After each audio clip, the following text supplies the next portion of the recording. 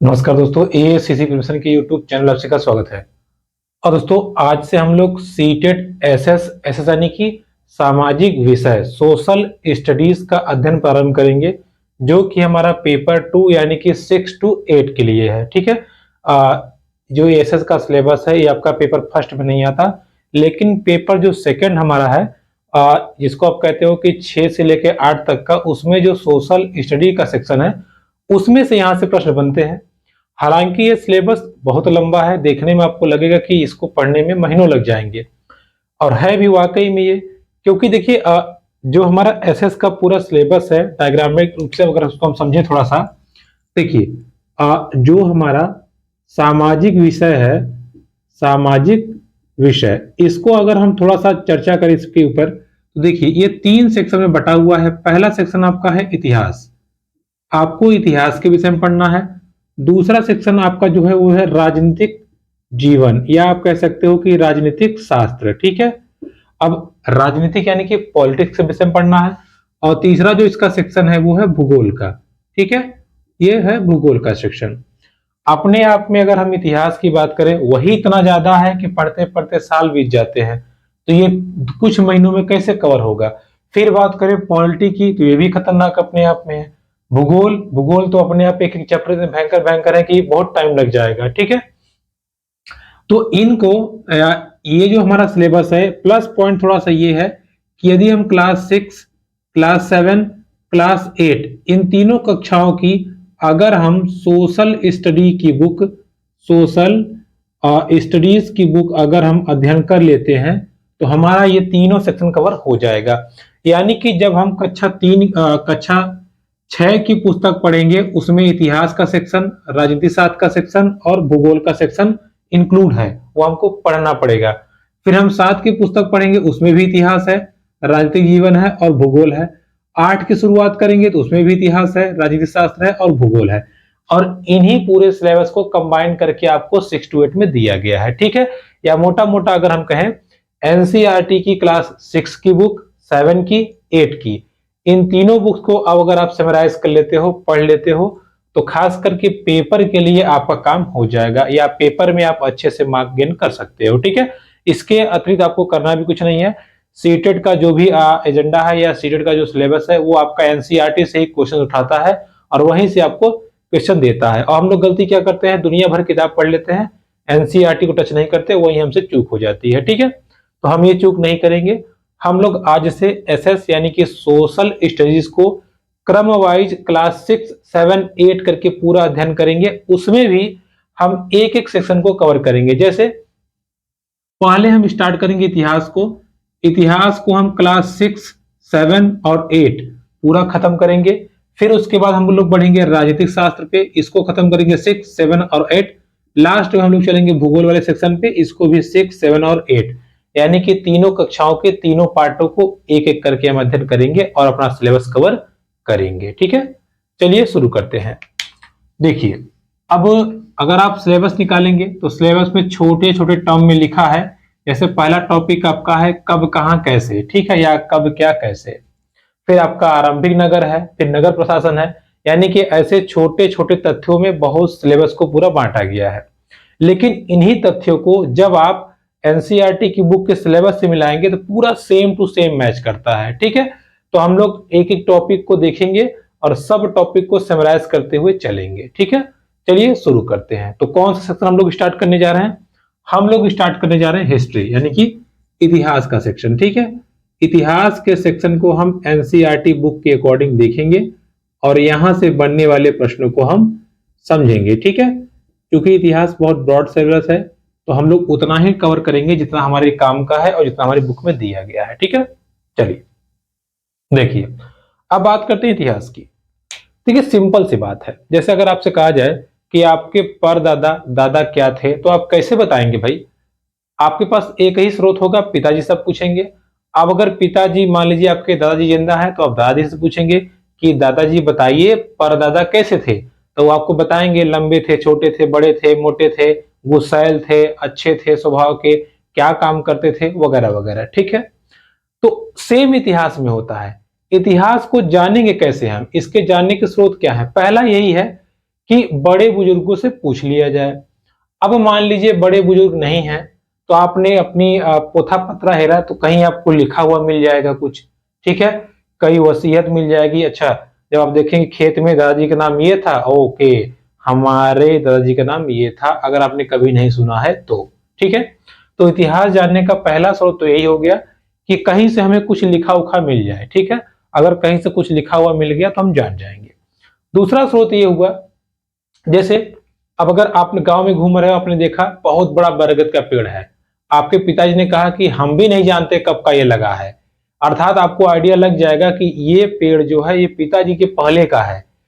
यानी कि आपको पुरानी चीजें या पुरानी वस्तुएं या पुराने जो यूज किए हुए चीज रहेंगे पहले के लोगों के, उनसे भी हम इतिहास के बारे में जानकारी प्राप्त करते हैं। जैसे कि कोई लेख हो, जैसे कोई पत्थर हो उस पर लिखा गया हो कुछ, कोई चित्र बनाया गया हो, उसकी मदद से आप जान सकते हो कि पहले क्या होता था, ठीक है। इसके बाद में जो लास्ट हमारा चीज है या लास्ट हमारी जो शब्दावली है, इसको आप कह सकते हो लोग, आप विदेशी जो है, जो जैसे कि आप कहीं पे गए हो, वहां की संस्कृति आप लेके आए, यहाँ बता दिए, तो यहाँ वाले जान जाएंगे अच्छा वहां ये होता है, ठीक है। यानी कि जो विदेशी यात्री थे, जो विदेश से लोग हमारे भारत देश में आए, उन्होंने अपनी किताबों में लिखा है कि भारत देश इस सन में ऐसा था या पहले ऐसा था, तो वो भी एक इतिहास जानने का स्रोत है, ठीक है। इन तमाम तथ्यों को सम्मिलित करते हुए ये देखा गया कि इतिहास, जो भारत का इतिहास है वो कहाँ से उत्पन्न हुआ, तथा भारत में सबसे पहले कैसे प्रमाणित किया गया कि कहाँ पे कौन व्यक्ति रहता था या कहाँ पे कौन सी सभ्यता रहती थी, ठीक है। एक लाइन और समझ लीजिएगा, इतिहास के जो जन्मदाता की बात कही जाएगी तो हेरोडोटस है, ठीक है। हेरोडोटस, हालांकि ये हमारे सिलेबस में नहीं है, लेकिन अब थोड़ा सा स्टार्ट करिए तो हम लोग पढ़ लेते हैं। देखिए, हेरोडोटस जो थे ये इतिहास के जन्मदाता हैं, या आप कह सकते हो कि इतिहास की शुरुआत इन्होंने ही की थी जानने समझने के लिए, ठीक है। अब हम आगे बढ़ते हैं, अपने टॉपिक पे आते हैं। हाँ, तो हम लोग चल रहे थे कि भाई कैसे पता चला कि हमारे यहाँ क्या था क्या नहीं था, ठीक है।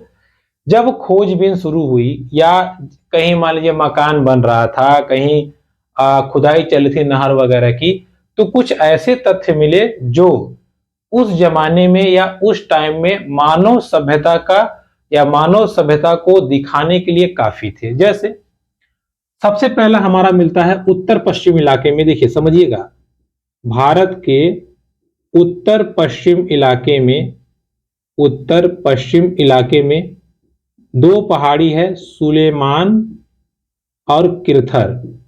देखिएगा, सुलेमान और किरथर पहाड़ी है, जो कि कहां है, पाकिस्तान के बलूचिस्तान में। पाकिस्तान के, हालांकि पहले पाकिस्तान हमारे भारत देश का ही हिस्सा था, पाकिस्तान के बलूचिस्तान में सुलेमान और किरथर पहाड़ी है, किरथर पहाड़ी है। इस इलाके में सबसे पहले, इस इलाके में सबसे पहले 8000 वर्ष पुराने, 8000 वर्ष पुराने इलाके पाए गए हैं, ठीक है। इलाके मतलब जैसे कुछ टूटे फूटे घर देखने को मिले हैं। और सबसे बड़ी चीज, यहां पर खेती के प्रमाण पाए गए हैं, ठीक है। खेती यानी कृषि के महत्वपूर्ण साक्ष्य आपको देखने को मिलते हैं। कहां पे, सुलेमान किरथर पहाड़ी के क्षेत्र में 8000 वर्ष पुराने कृषि के साक्ष्य मिलते हैं। यहाँ का एक जगह है मेहरगढ़, मेहरगढ़, जहां पर चावल, भुने हुए चावल या चावल के स्रोत पाए गए हैं, ठीक है। तो पहला क्वेश्चन तो यही बनता है कि चावल के स्रोत सर्वप्रथम कहां देखने को मिले थे, मेहरगढ़ में। इलाका पूछ लेगा तो सुलेमान और किरथर पहाड़ी का इलाका, क्षेत्र पूछ लेगा तो बलूचिस्तान, ठीक है। ये आप ध्यान रखे रहिएगा, क्लियर हुआ। यहीं पर आपको एक और चीज मिली है, जैसे कि क्या, यहां पर एक दो नहीं कई लाशें मिली हैं। जैसे ऐसे गड्ढा खना गया तो इन गड्ढे में कई लाशें मिली। जैसे एक आदमी है, एक आदमी के साथ साथ एक बकरी की लाश आपको देखने को मिलती है, ठीक है। यानी कि आदमी और आदमी के साथ साथ बकरी की लाश यहाँ पे या बकरी की कंकाल देखने को मिली है, जिससे ये बात साबित होती है कि पहले के लोग ये समझते थे कि आदमी मर गया है, उसको खाने के लिए या वो जहां भी गया होगा उसको भोजन के लिए हम कुछ थोड़ा भोजन रख देते हैं ताकि जब वो वापस आए तो भूखा ना रहे। अर्थात पुराने जमाने के लोग पुनर्जन्म पे भी भरोसा करते थे। तो ये कंकाल कहाँ देखने को मिले हैं? मेहरगढ़ में। एक नहीं, कई सारे कंकाल ऐसे देखने को मिले हैं जो कि आपको इस बात का प्रमाण देते हैं कि पुराने जमाने के लोग या पहले के लोग पुनर्जन्म पे भरोसा करते थे। ठीक है, इस बात को ध्यान रखिएगा। दूसरी बात यह कि यहीं पर आपको एकदम चौकोर मकान देखने को मिलते हैं। ठीक है, जैसे ये मकान है, ऐसे ऐसे मकान। ठीक है, एकदम चौकोर चौकोर मकान चार कोने पे देखने को मिलते हैं, या आप कह सकते हो आयताकार मकान देखने को मिलते हैं। कहाँ? मेहरगढ़ में। ठीक है, चूंकि ये पहला था इसलिए मेहरगढ़ में इसको हम साक्ष्य के रूप में मानते हैं। मानव सभ्यता का जो विकास हुआ या मानव सभ्यता के विकास का जो प्रथम साक्ष्य है वो 8,000 वर्ष पहले मेहरगढ़ में सुलेमान पर्वत क्षेत्र में देखने को मिलता है, जो कि बलूचिस्तान में है। यहाँ पर आदमी के साथ बकरी के कंकाल पाए गए हैं जो पुनर्जन्म का प्रमाण देते हैं। दूसरे साथ में आयताकार मकान यहाँ पे देखने को मिलते हैं और कृषि का प्रथम साक्ष्य आपको यहीं पे देखने को मिलता है। क्लियर हुआ? चलिए आगे बढ़ते हैं। इसके बाद हम बात करें, पहाड़ी के क्षेत्रों की बात हम चल रही है तो हम उस पर डिस्कस कर लेते हैं। इसके बाद बात करें तो जैसे ये उत्तर पश्चिम मतलब इधर वाला इलाका था पूरा। ठीक है, भारत के ऊपर वाला हिस्सा। अगर हम पूर्व की बात करें, उत्तर पूर्व की बात करें और मध्य भारत, उत्तर पूर्व और मध्य भारत, मध्य भारत मतलब एमपी वाला इलाका या विंध्य पहाड़ी। ठीक है, क्योंकि विंध्य पहाड़ी भी इधर ही है, विंध्य पहाड़ी। यहां पर भी कुछ कृषि के साक्ष्य देखने को मिले हैं। ठीक है, लेकिन उस तरीके से नहीं है जिस तरीके से वहां थे। तो आप देख पा रहे होंगे कुछ इलाके देखने को धीरे मिलने लगे हैं। उत्तर भारत पहले तो ऊपर था, फिर मध्य भारत में और उत्तर पूर्व, यानी कि जो उत्तर पूर्व में जो गारो खासी की पहाड़ियां हैं, गारो की पहाड़ी में कृषि के साक्ष्य देखने को मिले हैं। साथ ही साथ विंध्य पहाड़ी क्षेत्र में चावल के प्रमाण देखने को मिले हैं। किसके? चावल के प्रमाण देखने को मिले हैं, जो कृषि साक्ष्य हैं। इस बात को आप ध्यान रखे रहिएगा। ठीक है, एनसीईआरटी बुक में जितना देगा उतना हम आपको जरूर डिलीवर करेंगे ताकि आपका क्वेश्चन ना छूटे। ठीक है, अब हम आगे बढ़ते हैं। देखिए इसके बाद बात करें तो देखिए, चूंकि मानव सभ्यता है या हम ही लोग हुए, जैसे मान लीजिए अब हमारे पास हैंडपंप वगैरह ना रहे, नल वगैरह ना रहे, बिस्लेरी की बोतल ना रहे, तो हम क्या करेंगे?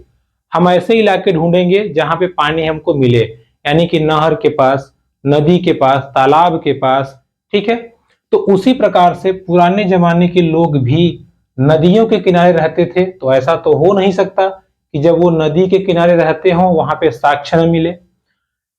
सुलेमान और किरथर पहाड़ी, चूंकि अगर हम भारत के नक्शे को मोटा मोटा अगर एज्यूम कर लें तो यहीं पे है सुलेमान और किरथर पहाड़ी।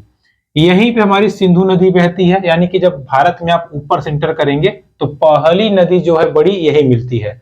तो इसलिए सिंधु नदी के पास पे देखिए, सिंधु नदी और इसकी सहायक नदियां, इसकी 5 सहायक नदी हैं। ठीक है, झेलम, चिनाब, रावी, व्यास और सतलज। इसकी सहायक नदी सिंधु नदी और इसकी सहायक नदियों के आसपास जो साक्ष्य हमें मिले हैं वो 4,700 वर्ष पुराने हैं। ठीक है, 4,700 वर्ष पुराने नगर अवशेष मिले हैं। नगर अवशेष मतलब जैसे यहाँ पे ऐसा लगता है कि पहले कोई मानव रहते थे या पहले कोई सभ्यता यहाँ पे विकसित है। वो हो सकता हो बाढ़ की वजह से या किसी और की वजह से पूरी तरह से तहस नहस हो गए, लेकिन उनके अवशेष आज भी हैं। तो सिंधु नदी या हम कहें सहायक नदी, यहाँ पे नगर अवशेष देखने को मिलते हैं जो कि 4,700 वर्ष पुराने हैं। ठीक है, कहां पे? सिंधु नदी के इलाके में। क्लियर? बात करें हमारी जो भारत की बड़ी लंबी नदी है गंगा नदी और इसकी सहायक नदियां। देखिए गंगा नदी और सहायक नदी, यहां पर हमें 2500 वर्ष पुराने नगर अवशेष देखने को मिलते हैं। ठीक है, नगर अवशेष देखने को मिलते हैं, यानी कि यहाँ पे जो साक्ष्य प्राप्त हुए हैं, चाहे ईंट के हों, चाहे घर मकान के हों, चाहे किसी अन्य वस्तु के हों, वो 2500 यानी कि 2500 वर्ष पुराने हमें देखने को मिलते हैं। एकदम पॉइंट टू क्लियर रखिए, डायरेक्ट पूछता है आपसे।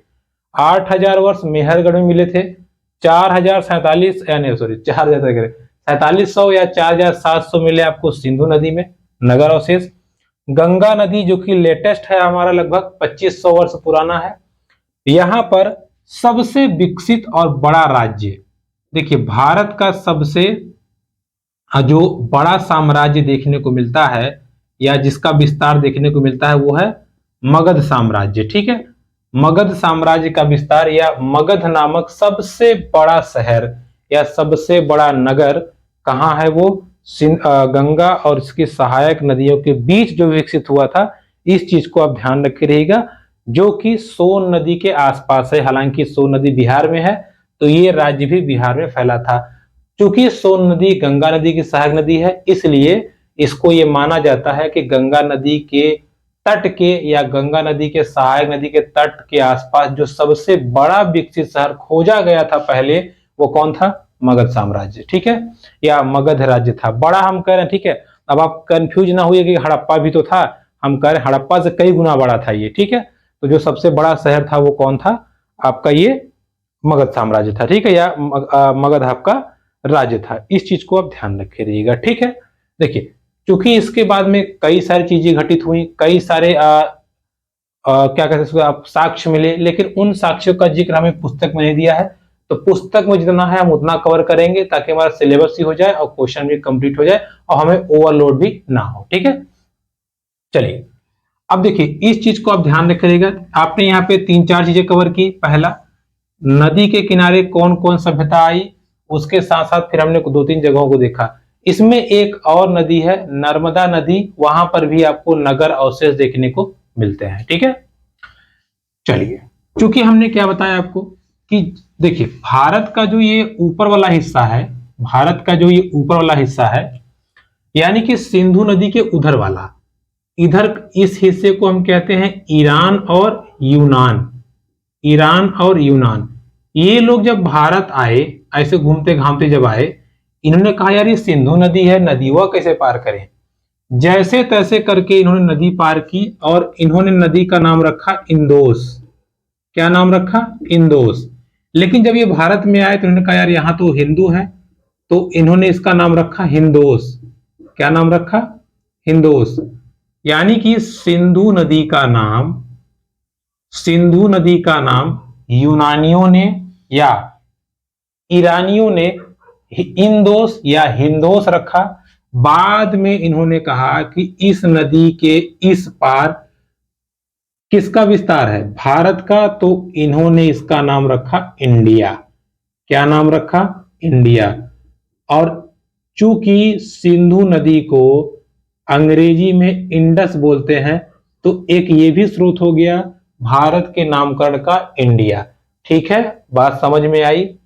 यूनानियों ने और ईरानियों ने भारत को इंडिया नाम दिया। किस आधार पे, उन्होंने बताया कि भाई ये जो सिंधु नदी है इसको हम इंदोस बोलेंगे या हिंदोस। अब ये इंदोस हिंदोस के आधार पे उन्होंने हमारे भारत देश का नाम रखा इंडिया। चूंकि सिंधु नदी को इंग्लिश में इंडस नदी भी कहते हैं, इस आधार पे भी इसका नाम पड़ा इंडिया। लेकिन हमारे भारत के लोगों ने कहा कि हमारा भारत देश भरत के नाम पे पड़ा है, इसलिए इसका नाम होगा भारत। क्या नाम होगा, भारत। और इसका जिक्र 3500 वर्ष पूर्व रचित ऋग्वेद में किया गया है। ठीक है, ऋग्वेद जो कि हमारा सबसे पुराना ग्रंथ है, उस ग्रंथ में यह बात कही गई है। कौन सी बात, यही बात कि भाई हमारा जो देश है उसका नाम भारत है, वो राजा भरत के नाम पे रखा जाएगा या रखा गया है। ठीक है, ऋग्वेद आपका संस्कृत भाषा में जो कि लिखा गया है। ठीक है, इस चीज को आप ध्यान रखिएगा। क्लियर, तो ये बात हो गई हमारे भारत देश के नामकरण की। चलिए आगे बढ़ते हैं और आगे की चीजों को हम कवर करते हैं। देखिए अब अभी तक हम लोग जो पढ़ रहे थे, हमने थोड़ा सा साक्ष्यों के विषय में पढ़ा, या आप कह सकते हो कि हमने नामकरण के विषय में पढ़ा, और थोड़ा सा इसमें जिक्र आया था ऋग्वेद के बाद। ठीक है, ऋग्वेद एक पुस्तक है जो कि 3500 वर्ष पुरानी है, या आप कह सकते हो कि 3500 वर्ष पुरानी है। अब ये पुस्तक इतने दिन तक थी कैसे, सड़ी क्यों नहीं, गली क्यों नहीं? क्योंकि अगर हम किसी पत्ते पर अगर कोई चीज लिखते हैं तो उसको कीड़े खा जाते हैं, वो खत्म हो जाता है। लेकिन हिमालय के क्षेत्र में हिमालय के क्षेत्र में ताड़ पत्र होता है, ठीक है। क्या होता है? ताड़ पत्र या भूर्ज। देखिए, भूर्ज नामक पत्ते होते हैं जिसको हम कहते हैं भोजपत्र। क्या कहते हैं? भोजपत्र। इस पे हाथ से लिखा गया है, हाथ से लिखा गया है या हाथ से लिखा जाता था, जिसको हम बोलते हैं पांडुलिपि।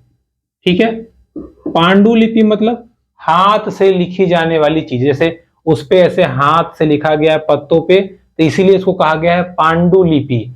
तो पांडुलिपि में पहले संदेश लिखे जाते थे, कुछ सूचनाएं लिखी जाती थी, जो आज तक भी कई सारी सूचनाएं सुरक्षित पड़ी है, जैसे हमारा ऋग्वेद हो गया।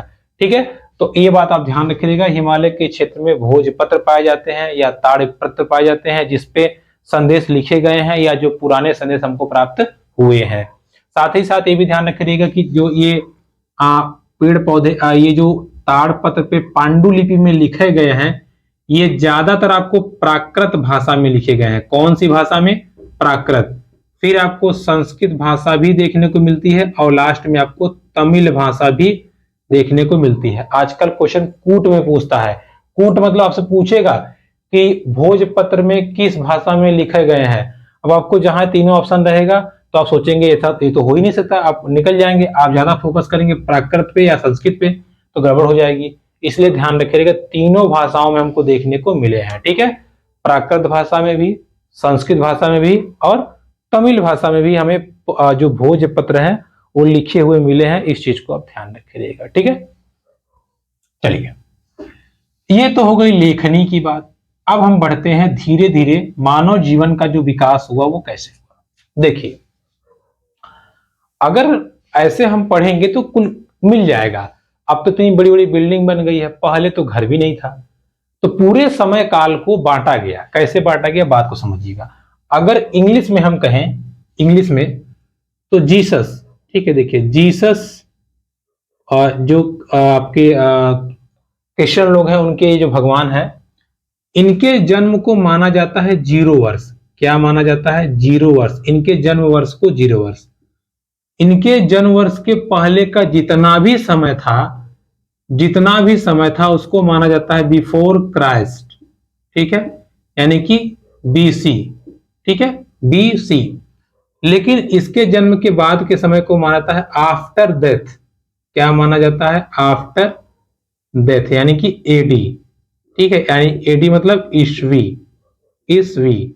और इनका जो जन्म वर्ष था इसको हमने अगर हम मान ले रहे हैं कि आज हम लोग 2000 में है, मतलब इनके जन्म वर्ष से हम लोग 2000 वर्ष आगे आ चुके हैं। ठीक है, जैसे इसमें चल रहा है 2024 का मतलब ये है कि जीसस का जन्म 2024 साल पहले हुआ था, उतना समय हम लोग आगे आ चुके हैं। ठीक है, तो 0 का मतलब हुआ ये। ठीक, इसमें हम लोग मान लीजिए चल रहे हैं 2024 में। अब मान लीजिए हम लोग कहते हैं हम आपसे 500 बीसी। अब ये पूरा समय कितना हो जाएगा, ध्यान समझिएगा। 500 यहां तक आए हैं, 2024 यहां पहुंचे हैं, तो 500 इसमें हम ऐड कर देंगे 2024 में, कितना हो जाएगा? 2524। ठीक है, यानी कि 0 के उस तरफ वाला समय बीसी, इस तरफ वाला समय एडी। क्लियर? ये बात को आप ध्यान रखिएगा। ठीक है, ये हो गया समय काल का विभाजन आपका अंग्रेजी पैटर्न या कह सकते हो कि यूरोपियन पैटर्न के अनुसार। लेकिन हमारे यहां जो, अब देखिए आपका पहला टॉपिक क्लियर हो चुका है। अब बात आती है दूसरा टॉपिक, आरंभिक मानव। अब ये आरंभिक मानव क्या था, कैसा था, इसके विषय में थोड़ी सी हम चर्चा करते हैं। देखिए, आरंभिक मानव, देखिए आरंभिक मानव पहली चीज एकदम दस्यु था। दस्यु मतलब एकदम जानवरों जैसा था, बिल्कुल नंगा रहता था, बिना कपड़ों के, कच्चा मांस खाता था, फल फूल खाता था, कपड़े लत्ते लपेट के रहता था, या जानवरों को मार के उनकी खाल लपेट के रहता था। बिल्कुल केवल उसको भोजन की तलाश रहती थी। जैसे हम आप स्मार्टफोन चलाते हैं ना, गाय भैंस सामने स्मार्टफोन रखेंगे तो कचर देगी लतवा से, उसको कोई मतलब नहीं है। हाँ, अगर आप ब्रेड लिए रहेंगे, रोटी लिए रहेंगे तो वो खा जाएगी। सेम ऐसा ही हमारे पुराने जमाने का मानव था, उसको कुछ नहीं मतलब है, कोई मतलब नहीं है, वो सिर्फ और सिर्फ अपने भोजन की तलाश में रहता था। अब मान लीजिए एक जगह इलाके में भोजन उसको मिला, वो खा रहा है, वहां का भोजन खत्म हो गया तो पलायन कर गया कहीं और, वहां भी खत्म हो गया तो कहीं और चला गया। एक आध जगह गया, उसको खरगोश मिलने लगे तो मार के खाने लगा। जब पूरे खरगोश वहां से भाग गए तो उनके पीछे पीछे वो भी भाग गया। यानी कि आप कह सकते हो पूरी तरह से वो खाना बदोश का जीवन यापन करता था। खाना बदोश इन सेंस की केवल खाने के चक्कर में, हमें केवल खाना ही खाना है, यहाँ से वहां जाके ढूंढता रहता था। ठीक है, हालांकि खाना बदोश घुमंतु वाला होता है, यानी कि भोजन की तलाश में मानव केवल एक जगह से दूसरी जगह घूमता रहता था। शुरू का मानव, उसको कुछ ही से कुछ मतलब नहीं था, केवल उसको खाना था। ठीक है, जैसे इसके कुछ साक्ष्य हमें मिलते हैं। भीमबेटका गुफा, देखिए एक गुफा है, भीमबेटका गुफा एमपी में है। और कुरनूल गुफा, कुरनूल गुफा, कुरनूल गुफा जो कि एपी यानी कि आंध्र प्रदेश में है। ठीक है, अरुणाचल मत समझिएगा, आंध्र प्रदेश में ये दो गुफाएं हैं। भीमबेटका गुफा में शिकारी चित्र बना हुआ है। शिकारी चित्र इन सेंस की जैसे एक हिरन भाग रहा है, उसको एक आदमी लेकर उड़ाया है भाला लेके। ठीक है, आप लोग अपना वो लोग जैसे भी चित्र बना दिए हैं, ऐसे उनका चित्र बहुत यानी ऐसे ऐसे चित्र उनका बना है और दिखाया गया है कि हथियार लेके दौड़ रहा है और यहाँ पे एक हिरन जो है वो भाग रहा है। ठीक है, तो उनकी चित्रकारी ऐसे ही है, आड़ा टेढ़ा जैसे हमने बनाया है, लेकिन उससे ये स्पष्ट होता है कि पहले के आदमी कुछ बताना चाह रहे थे कि हम लोग ऐसे मारते हैं। जैसे अगर आज के जमाने में जैसे मान लीजिए कोई बहुत अच्छा कलाकार हो गया या कोई बहुत अच्छा एक्टर हो गया या कोई क्रिएटर हो गया, तो कई सारे लोग ऐसे जो उनकी ड्राइंग बना देते हैं, तो सेम ये लोग भी करते थे। ठीक है, अगर कोई शिकार अच्छा करता है तो उसका ये लोग चित्र बना देते कि ऐसे ही मारना है या ऐसे हमको करना है। ठीक है, तो एमपी यानी कि भीमबेटका जो गुफा है एमपी में, वहां पे शिकार चित्र देखने को मिला है, इस बात को ध्यान रखिएगा। कुरनूल जो गुफा है इसमें आग के अवशेष मिले हैं। किसके? आग के अवशेष। ठीक है, हालांकि भी हम आगे बढ़ेंगे तो बताएंगे कि आग की खोज कब कैसे हुई। अभी यहाँ पे जो हमारा शुरुआत का है इसमें क्या है, आग के अवशेष आपको मिलते हैं कहाँ? कुरनूल की गुफा में। ठीक है, चलिए आगे बढ़ते हैं। देखिए अब जो ये हमारा पहले का मानव था, या आप कह सकते हो कि जो आदि मानव था, केवल इसको भोजन से मतलब था, यहां से वहां टहल करके केवल भोजन की तलाश वो करता रहता था। ठीक है, इस चीज को आप ध्यान रखिएगा। अब चूंकि आरंभिक मानव का हमें जीवन पढ़ना है, आरंभिक मानव के जीवन को विभिन्न कालानुक्रम में बांटा गया है। विभिन्न कालानुक्रमण का मतलब ये है कि शुरू में वो कैसा था, फिर बीच में कैसा हुआ, फिर बाद में कैसा हो गया। तो इसीलिए इसको देखा गया कि जो शुरुआत का मानव था, अब ये बात आई कि बांटे कैसे, कैसे नामकरण दे। ठीक है, जैसे हम लोग कहते हैं आज के जमाने को हम लोग कहते हैं आधुनिक जीवन। आधुनिक जीवन मतलब अब आधा ज्यादा काम सब टेक्नोलॉजी से हो गया है। इतनी टेक्नोलॉजी आगे हो गई है कि कई सारे काम को जो हजारों आदमी करेंगे वो टेक्नोलॉजी केवल 10 मिनट कर देगी। ठीक है, वैसे ही पहले का जो मानव था वो सबसे ज्यादा यूज करता था पत्थर। पत्थर पे ही इसका जीवन था। कैसे? पत्थर के पीछे छुप के जानवरों को मारता पीटता था, पत्थर के हथियारों से मार के खाता पीता था, पत्थर से इसने बाद में अपना सबसे बड़ा हथियार आग खोजा, पत्थर से इसने मकान बनाया। यानी कि मोटा मोटा हम कहें तो पूरा इनका जीवन किस पे था? पत्थर पे आधारित। इसलिए इस काल को कहा गया पाषाण युग। क्या कहा गया? पाषाण युग। पाषाण युग को 3 भागों में बांटा गया है। पूरा पाषाण काल, पूरा पाषाण काल के बाद में मध्य पाषाण काल, मध्य पाषाण काल, और एकदम अंत में आता है उत्तर पाषाण काल। उत्तर पाषाण काल देखिए, आज से 12,000 वर्ष पहले का जो समय था, यानी कि 12,000 पहले का जो समय था उसके पहले का, उसको हम बोलते हैं पूरा पाषाण काल।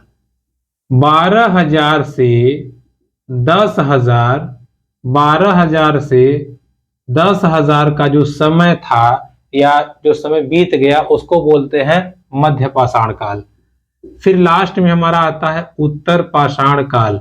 10,000 के पहले का जो समय था वो क्या है हमारा उत्तर पाषाण काल। ठीक है, इस चीज को आप ध्यान रखिएगा, क्या है हमारा उत्तर पाषाण काल, या इसको हम बोलते हैं उत्तर पुरा पाषाण काल। ठीक है, मध्य पुरा पाषाण काल, मध्य पुरा पाषाण काल या उत्तर पाषाण काल। ठीक है, तो दोस्तों ये थी आज की हमारी क्लास, जिसमें हम लोग ने थोड़ा सा स्टार्ट कर दिया इतिहास के विषय में, कुछ तथ्यों को हमने जाना। इसको आप नोटबुक जरूर नोट कर लीजिएगा, क्योंकि नोट बनाए रहेंगे तो आपके लिए सारी चीजें कंफर्म होती जाएंगी। मिलेंगे आपसे अगली क्लास में, इसके आगे डिस्कस करेंगे। तब तक के लिए नमस्कार।